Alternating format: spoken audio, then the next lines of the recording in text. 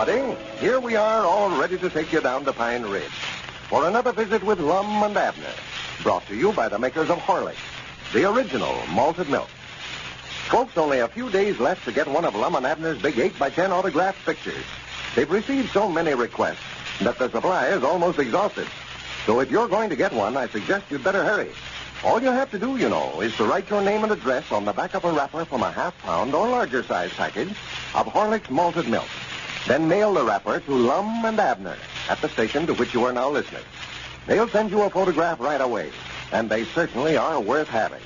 They show the old fellows, both in character and as they are in real life. There's good old Lum with his whimsical smile and prized mustache.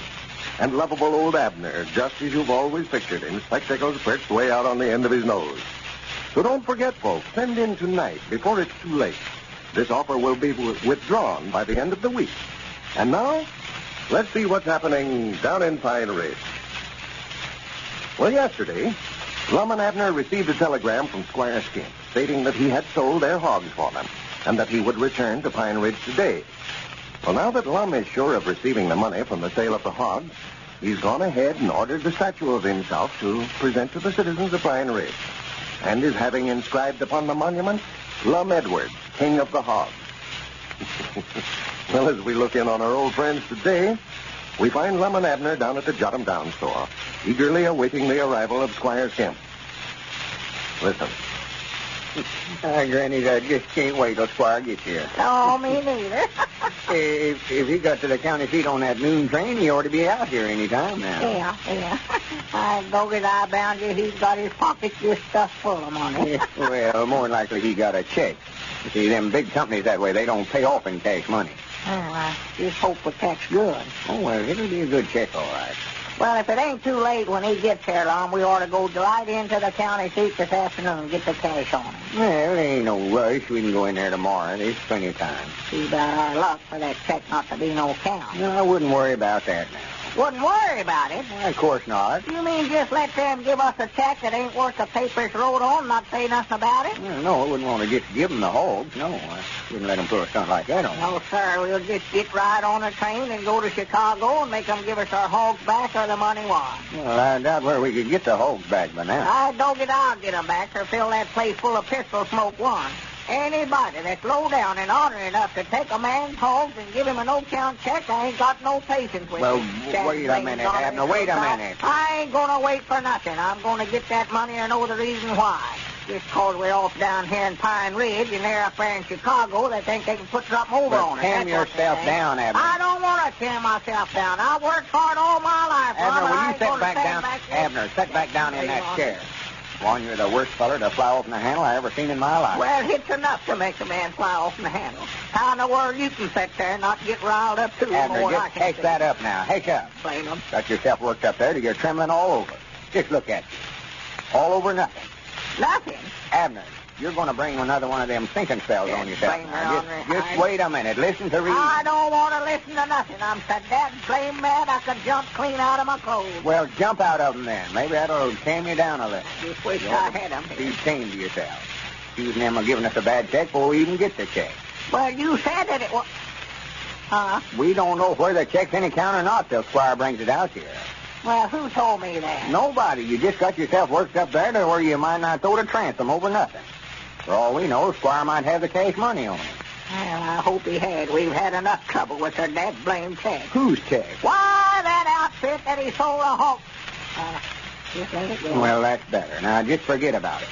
Never seen you lose control of yourself that way. Well, I've been planning so long. I'm on getting that money from them hogs. I just wait a minute. That's all right. I don't know. I'm just so nervous. I ain't hardly myself today. Well, I'll answer it.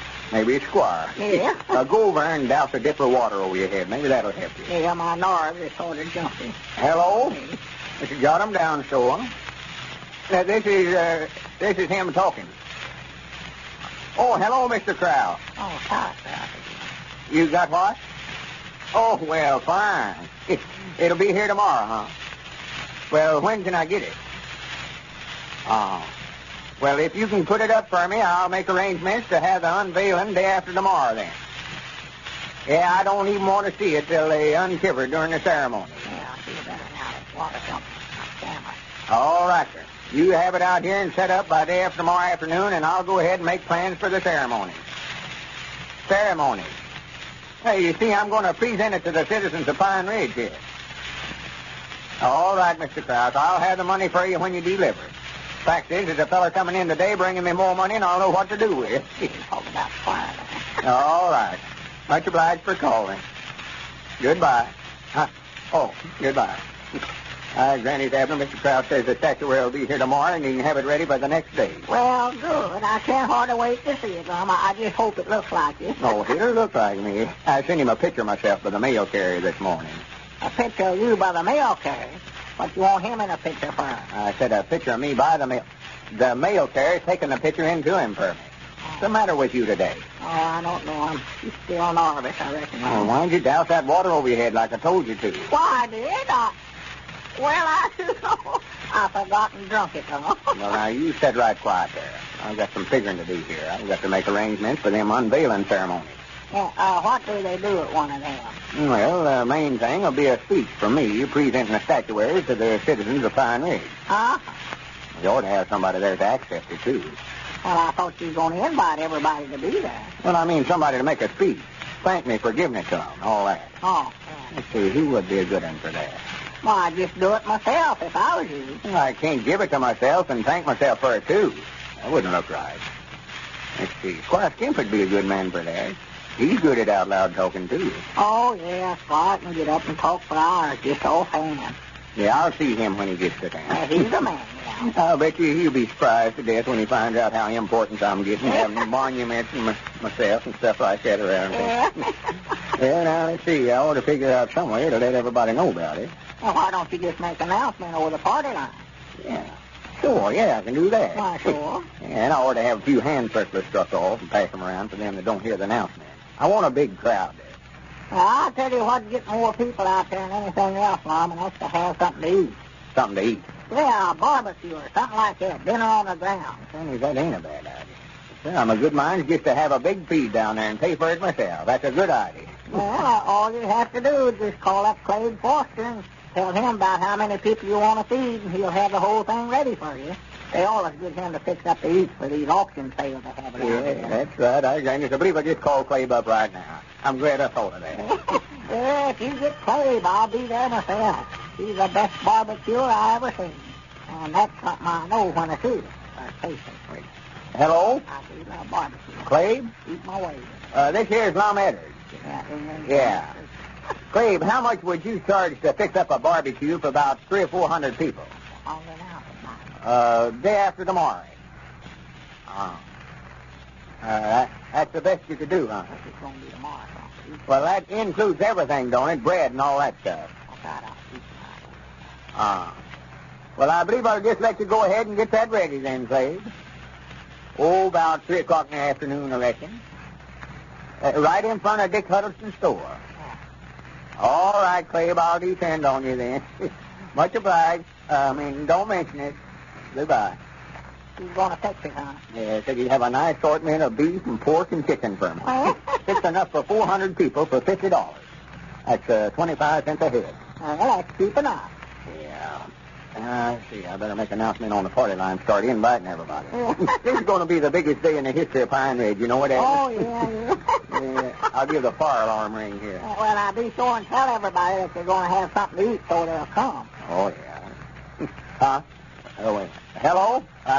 Just a minute, everybody. Hold the receiver. I've got an important announcement to make. Step up here, Mr. Smith. Huh? I want to change my voice so that I think somebody else will make an announcement. Oh. Ladies and gentlemen, this is Mr. Smith talking. I take great pleasure in extending a hearty invitation to all my friends to be present at the unveiling of a statuary of that great and noble citizen, Mr. Lum and Abner, King of the Hog, which will be held day after tomorrow afternoon out by the watering trough in front of Dick Huddleston's store. I'm going to make a talk just before they uncover the statuary of me, and I'm going to donate it to the town. Mr. Edwards has made arrangements with Clay Foster to have plenty of barbecue there for everybody. Well, for goodness sakes, Lum, look who's coming up out there. Squire Skimp. Well, good. I want every one of you to be there. Bring the children, too. Come one and come all. I thank you. Have you got that back, did you, Squire? Well, come in, Squire. I never was so glad to see anybody in my whole life. Well, good afternoon, gentlemen. Good afternoon. I just drove in town. I thought I'd drop by here and make a settlement with you the first thing I done. Well, good. I granted everything's turning out fine. Well, it looks like Lum and Abner's financial worries are over for a while. We hope. Before we leave the air, ladies and gentlemen, I especially want you to hear about a letter we received recently. It came from a listener in Iona, Michigan, and it struck me as illustrating very clearly the value of Horlicks. Listen. Since an operation 4 years ago, I have been unable to digest ordinary milk, eggs, or vegetables. It was hard for me to know just what to eat, to get sufficient nourishment and satisfaction. Hearing your announcer describe Horlicks tablets on the Lum and Abner program, I thought I'd get a flask and try them. Soon I was using both the powder and the tablet, and I've never been without them since. I sleep like a top, and my nerves are fine. The doctor certainly was surprised when I last visited him. Said he'd never seen me looking better. You can always count on me as a Horlicks user. You know, we receive many letters like this, telling about the value of Horlicks tablets, proving their easy digestibility and how beneficial they are for persons who have difficulty in digesting ordinary food. Literally thousands of such unsolicited letters are in our files.